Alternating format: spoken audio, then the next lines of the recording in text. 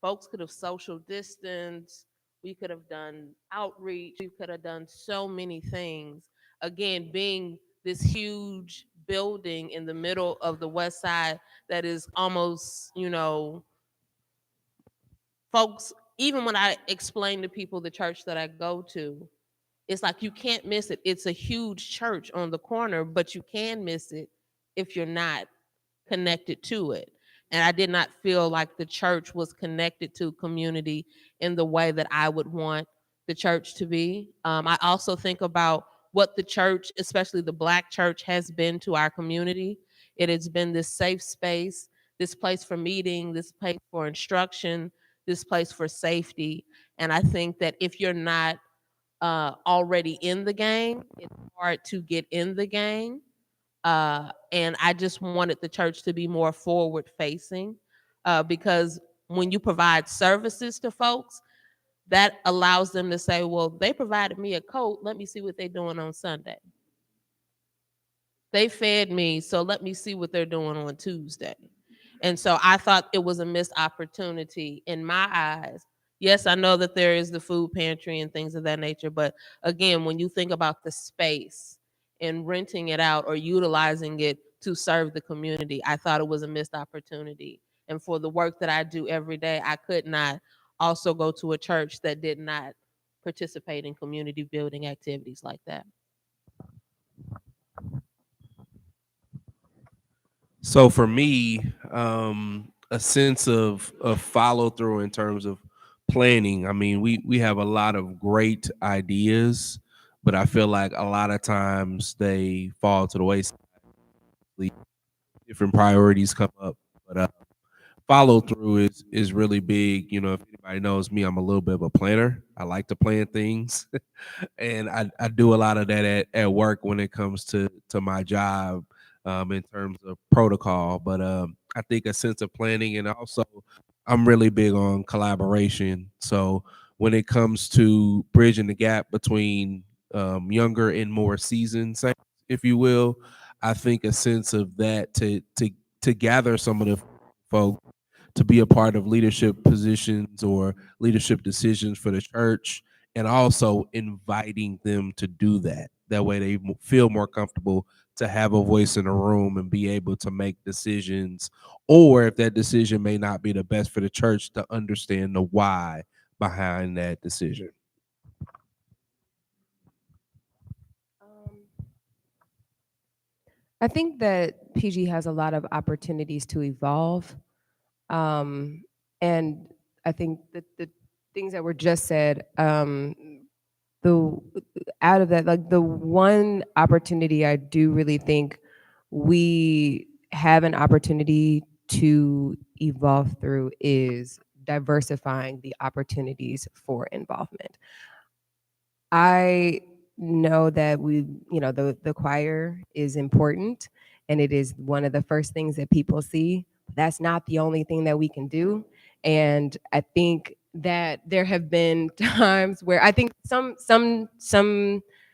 there have been some opportunities where, yes, obviously people have been invited into new spaces. Obviously we've seen that with the deacon board and things like that. But um, there are other opportunities for young adults to get involved and in very important positions, and in ways that can really truly move the church, not just move the church forward, but expand the church outward. And I don't know if I feel that has no, I know for a fact that I feel that we haven't always done invited that opportunity. um, and it's not just that it's closed off, or but I do think sometimes things have been presented, and because it's not able to be understood of why that's important, or how to get it done, it's like we can't prioritize that, and it to Malik's point, it kind of just falls by the wayside. um, and I think part of that in some respect is because we don't always feel like we have the authority to just do it anyway. Because I know with things that I've been interested in, my dad has said to me, "Well, why don't you just do it anyway?" I was like, well, I don't really know. I don't fully know. Even though I've been here my entire life, some of this stuff I don't always know the ins and and or I'm tired. Like as a young adult in my job, I'm making decisions all day long, and for this to be a place that is supposed to be also a rest. This is supposed to be a place where I can come in and relax. And to the story we heard earlier about the nurses, that I can take my expertise and the things that I'm really good at and I know I'm good at, and do that to serve the Lord,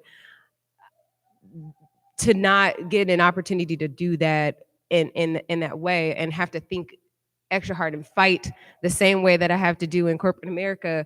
I don't really feel like doing that. So then it's kind of like, well, it was a good idea. Too bad. Maybe one day. And I think I know I can take responsibility for that, not to fault. I want to be careful not to do that, but I know that many of my peers have also had that, like, sorry, can't help you. And maybe we could have tried harder, but I also think that is true on the other side, and that that invitation and that opportunity to serve in the capacity that we're able to and that we're interested in.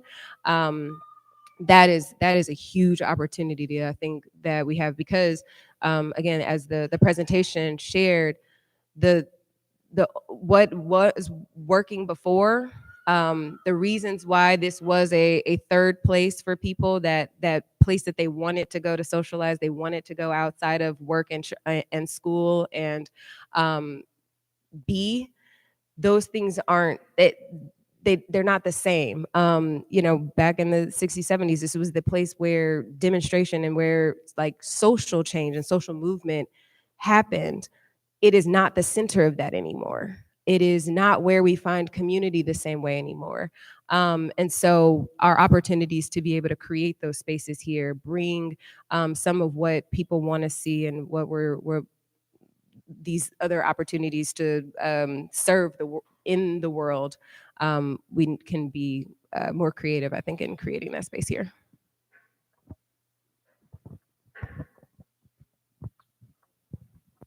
So when we talk about change, kind of my initial statement um, that we talked about is really just a farm system and like mentorship, right?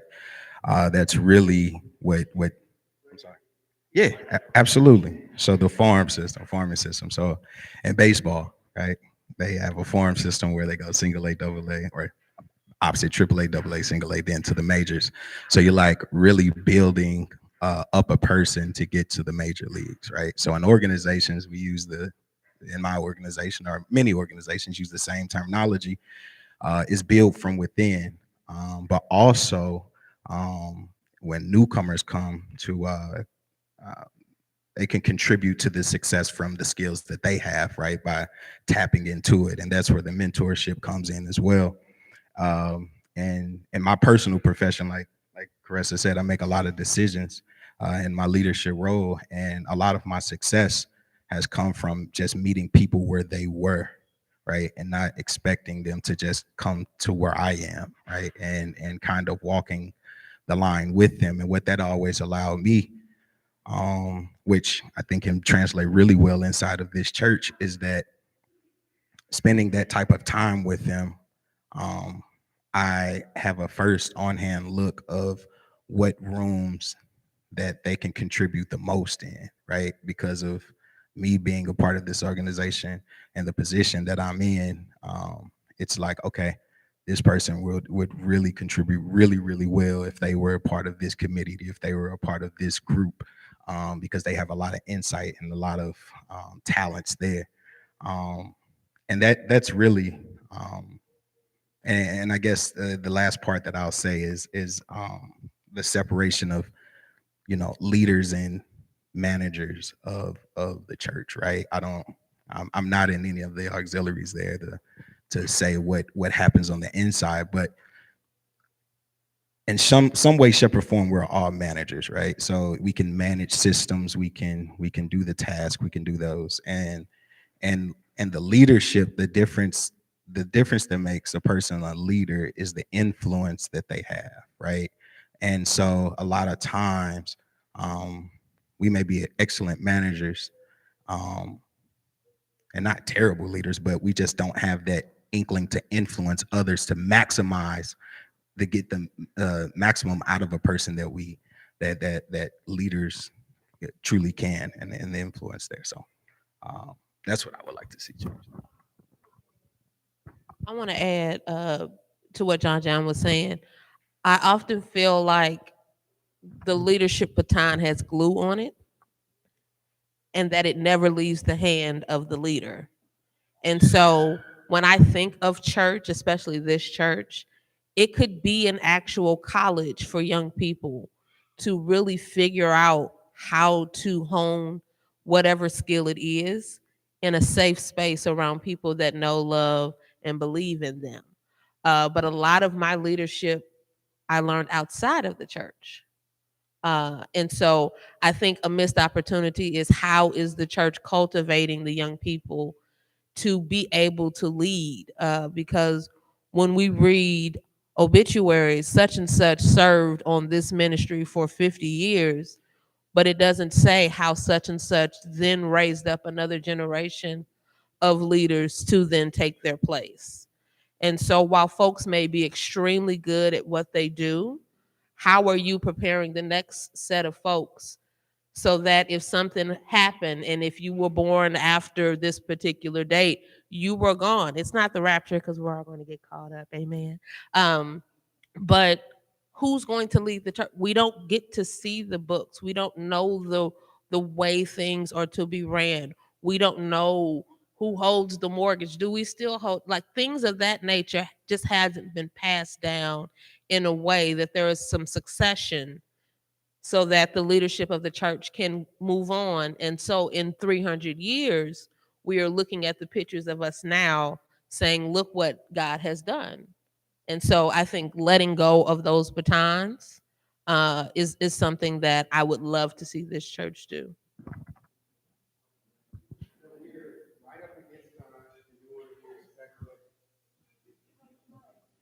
We're 7:28. We're not going to end it right now. I know we're going to did want to, well, I don't know if you have any questions come out. If not, that's okay. If folks did, happy to take them up. But one of the things we wanted to give folks kind of an open chance to respond. We talked a lot about kind of what we would like to see as young adults and some things that are maybe shortcomings. We also want to talk about sort of what we would want to see from the young people, right? It's not necessarily just a one-way sort of transaction. We're talking about building or bridging this gap, this kind of generational gap within the church. So this isn't just for the panelists. This is really for everyone, particularly for those of you that are leaders in the church who have, maybe some of the have some of those leadership batons, etc. What is it that you would like to see from the young adults, right? As we, so for example, and I'll start. Right. One of the things that I would like to see, I think one of the things that's tough about being a young adult at Pleasant Green is that there are some Sundays where you're the only one there. So what's tough for me, and I think what maybe it can be tough for some other generations, or for people who are consistently in the church, is it doesn't seem like we have young adults that are often trying very hard. If I'm being frank. So I sometimes would like to just see us give more of an effort. So, for example, Chris, you talked about the choir. We have a young adult choir, but we don't, because we're not consistent with it. And I think so. Part of that is, has the church not provided us a place where we feel like we want to come to all the time? Part of it is also us just need to be a little bit more responsible, right? And so I think that there's often two sides, right? It needs to be a bit of both. But I didn't want this to just be a Pleasant Green needs to do this. There's also some opportunities for the young adults to take some more responsibility. So if there are any thoughts on opportunities for young adults to do more, to step up things you'd like to see in terms of commitment, in terms of action, in terms of opportunities to support and help in other ministries. We'd love to hear if folks have any thoughts on that as well. Thank you. Reestablish the young adult Sunday school class. Awesome. So somebody loves to hear that. The reestablishment of the young adult Sunday school class. Say that. Can you say that?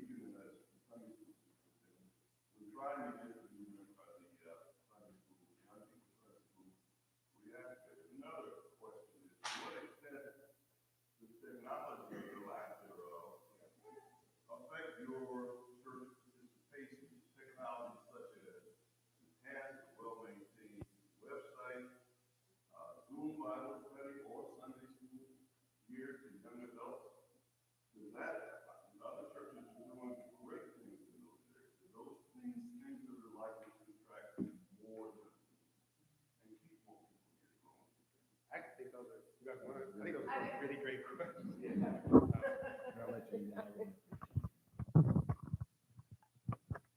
I'll start with the second one because I think that one's the easiest to answer. Yes. I think there are a lot of ways to utilize technology to keep people engaged that we have a huge opportunity to take advantage of. We use the Google Suite here. We do have a website. I was begging for autopay to do my tithe and my offering. I'll get a consistent amount from me every month now because we have autopay. Because I didn't always, just having to manage it on my own. My bills, everything is on autopay. It made that easier, a process that it wasn't now a chore. It's just something that I do. I'm cool with it. It like I can increase, whatever. When it comes to communications, there's a whole thoughts on the communications plan and how we can be utilizing that to make sure that we're staying in touch with members and keeping members engaged, the way that we use it to invite new members, and then how that also plays a part in the different ministries and how they're able to communicate with one another and with the church body as a whole. So definitely opportunity to enhance. I think the other things that we've talked about before, as far as like the video quality and just like those sorts of things. Yes, I do think that they play a role, but I also think that there's a whole group of young people that don't need all of that. That like it would be appreciated, but I know like some that the coziness and kind of like I don't necessarily need a whole theatrical experience that is lights, camera, action. But those very practical ways that we can use technology to create community and sustain community, we absolutely could utilize some of the things we already have. We don't even need new stuff. It's just using what we already have to better advantage ourselves. Oh, and Yeah, I'm gonna tackle that second question as well. Caressa, you mentioned like G Suite. There's so many capabilities with Google, the whole Google platform. I know I personally use it for work, whether that's a shared calendar with all of the ministries to know when different events are coming up or baptism is coming up. I think that would be awesome. And then even if it's sending out a one pager to all of the members who are not familiar with Google to show them how to add it on their phone, how to get notifications, turn notifications off, whatever they want to do with Google Suite, because it has so many things we could utilize. Google Meet, Google Chat. Possibilities are absolutely endless, and just utilizing whatever we're paying for it to fully extend it and utilize it. One thing for me, in terms of how we do announcements, maybe there could be something added where I don't know if we have projectors or screens that are on both sides. That way they could be projected for people to see and have a little bit of time left at the end where if we need to do something else or pivot or do something else or make another announcement that is more pressing, that we could do that. So just some capabilities and some things to speed up technology would be a little bit helpful from my perspective. Sending the announcements after church service or right before, like they're really simple things that can happen that because we don't get those. If you're not here, you then don't know what happened. So making sure that if you miss a Sunday or something, whatever. Like an email blast. That's what I do. Since technology has been covered, I will talk about the tutelage. Because I am not an active participant in Pleasant Green services outside of the few that I come to. What I do appreciate about the church that I go to is there's mega churches. I was never interested in a mega church because I didn't go to a college where my professor didn't know my name. So I didn't want to go to a church where my pastor didn't know who I was. So one of the things that my church does to make a big church feel small are those life groups. And so by simply changing the name from Bible study to life group, And the way that it's packaged, it's a group of people, like-minded people that you do life with, but it's rooted in in the Bible. So it's essentially Bible study, but it's kind of grouped together by things. So if you are a single mother, there's a single mother life group or single parent life group because there is a space for you in the church. If you are widowed, is a widowed or widower life group because you are still there. There are things that need to be talked about in those small life groups that don't just fit, oh, young adult.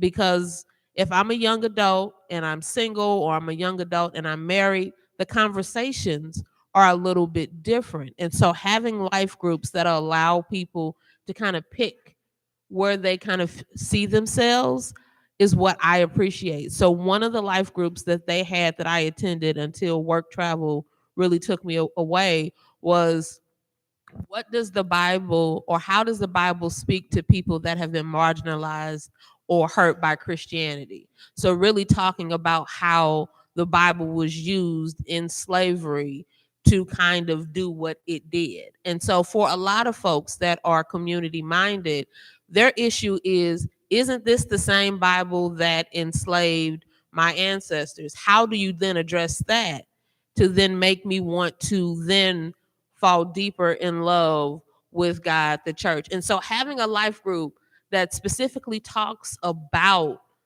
race relations and how the Bible was used in that particular way spoke to me. And that group was extremely diverse. It was young, old, black, white, foreign born, and native born, but also how those kinds of things brought my attention that it might not be appropriate at the pulpit, but we can go really deep into those things in those life groups. So being able to have smaller groups of like-minded folks and not just saying over 18, this is your Bible study. So just kind of rebranding how you look at teaching the Bible in this age, because as the minister said, the messaging is not different, but it's how we connect it to the intended audience that needs to be changed. And so some folks are like, well, the word of God is what the word of God is, but in order to reach the people, you got to meet the people.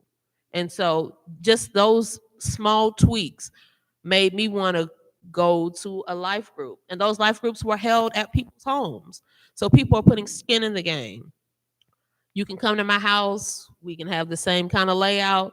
We're going to talk about the Bible, but at the same time, it's in a place and in a space that's comfortable for folks that may not have been churched their entire life, but the content still speaks to them today. I like that. To piggyback with Evan, what he definitely said, off of to answer your question, Barry, if spiritual growth needs being met, is first off, we have to be responsible. So we have to look ourselves in the mirror as well, right?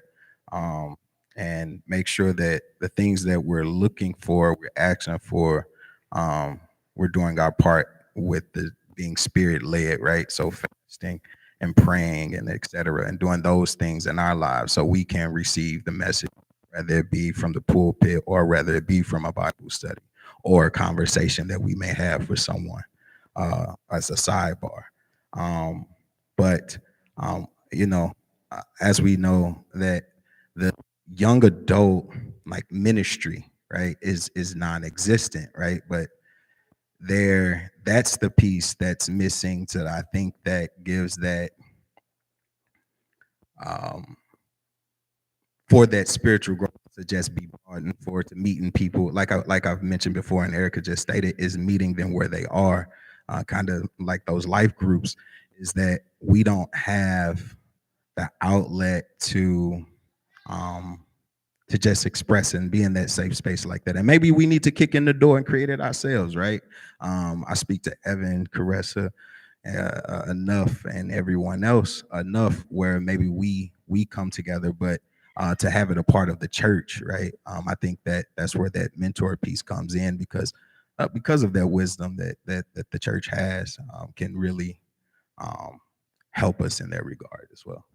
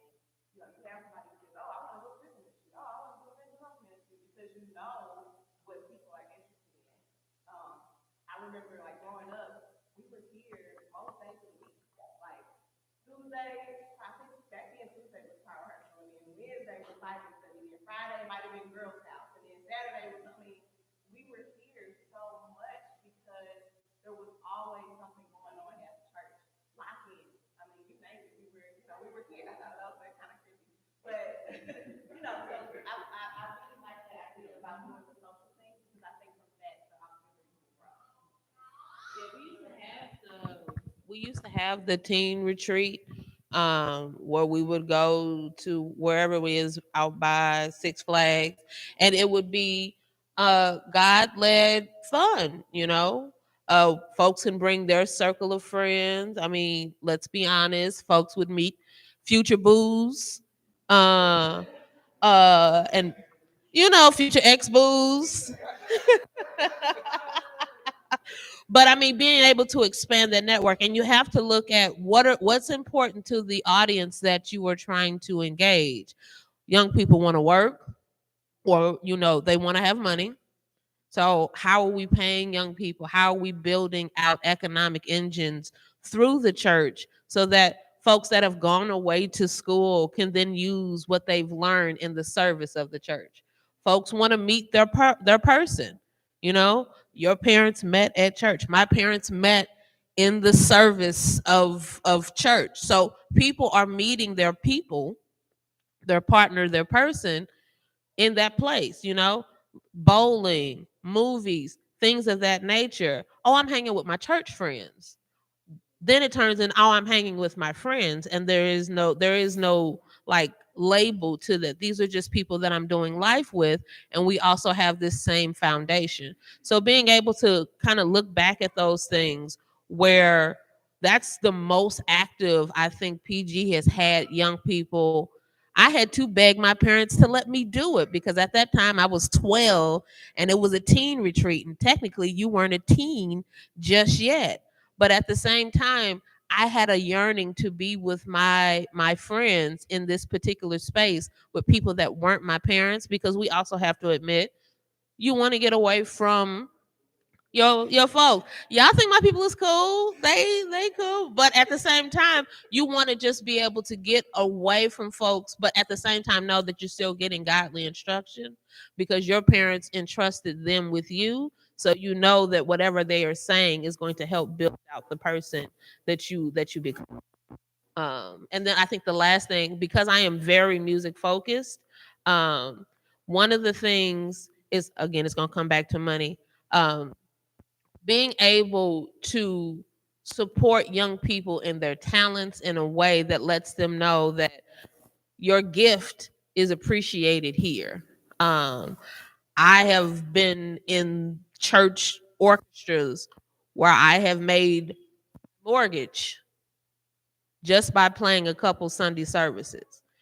Not saying that that needs to happen here, but they recognize that if you're going to go to the symphony, you're also going to want to get that top quality instrumentalist in your church, sir, how are you then supporting them?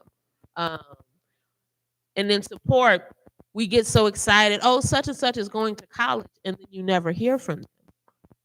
What would a care package look like if I had a hard day or I failed a test and I came home to my dorm and I had a care package from PG? Hey, we just thinking about you. Think about us when you come back home. That reels people in to know that they have a home away from home that they can always go to. And so it's just that care, that little extra touch. If you have those, the nurses folks can definitely send a, hey, we know you in college. While we don't want you doing X, Y, and Z, here's some things to keep you safe while you're away. Just knowing somebody cares about you and they understand that the world is real, but they're also combating it with the things that you grew up with. So yeah, I think just the touch and reaching back to ensure that the young people that we send out into the world have that boomerang effect and they can always come back.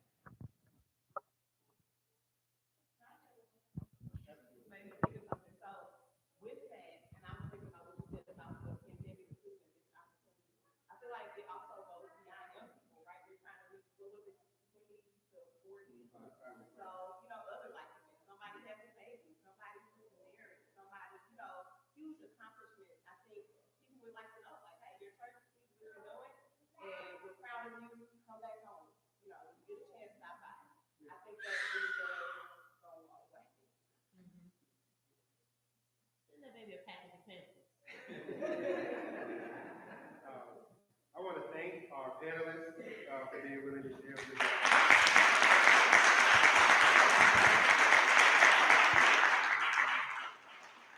Also want to thank everyone for attending, listening, respecting perspective. I would love, again, if you should been here, any thoughts, any reactions to some of the stuff that was shared? It sounded like you heard. I had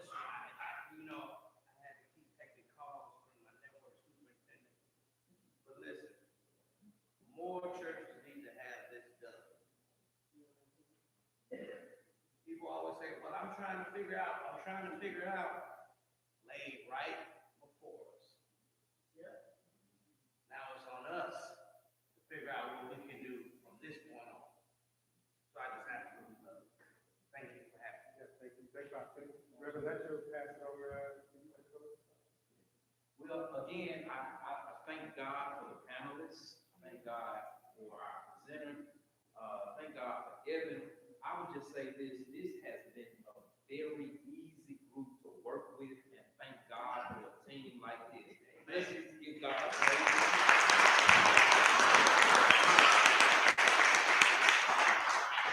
You all have shared some things that I have mentioned, and I think hearing it from you would be so impactful going forward. There's this thing that I've been sharing on the executive leadership thing called Joshua Moses mentorship piece, and just having people who look like you, who are your age, who represent you on leadership teams that make decisions for the church. And I just think that this is so important for you, and it is so important for the growth of this church to listen to each other in an effort to move the church forward. I'm thankful you all have carved out time. This is an unpopular event. I heard hey, we're not coming down to the church on 6 o'clock, but thank you all for doing what is necessary.